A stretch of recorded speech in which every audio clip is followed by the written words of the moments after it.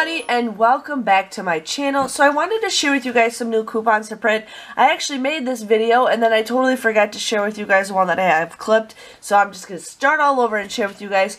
So I always check out coupons.com. I always go through Swagbucks when I do print my coupons, but I always check it daily because they always are adding some coupons. Some of those coupons, you know, disappear that day. So I just kind of wanted to just give you guys a heads up on coupons, but they did add a 75-cent off Windsor holiday bag candy coupon.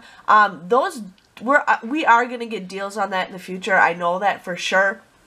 Sometimes there are other coupons out there, but if you guys can't get them, this is a great way to do it. So definitely clip that coupon. And then they added some new ones, and I already printed these ones off because I totally forgot to show that one.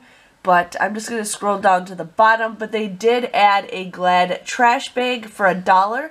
They added the other ones for, okay, so one's a Force Flex Plus Advance or a Force Flex Plus drawstring. And then the other one's $2.50 off regular trash bags.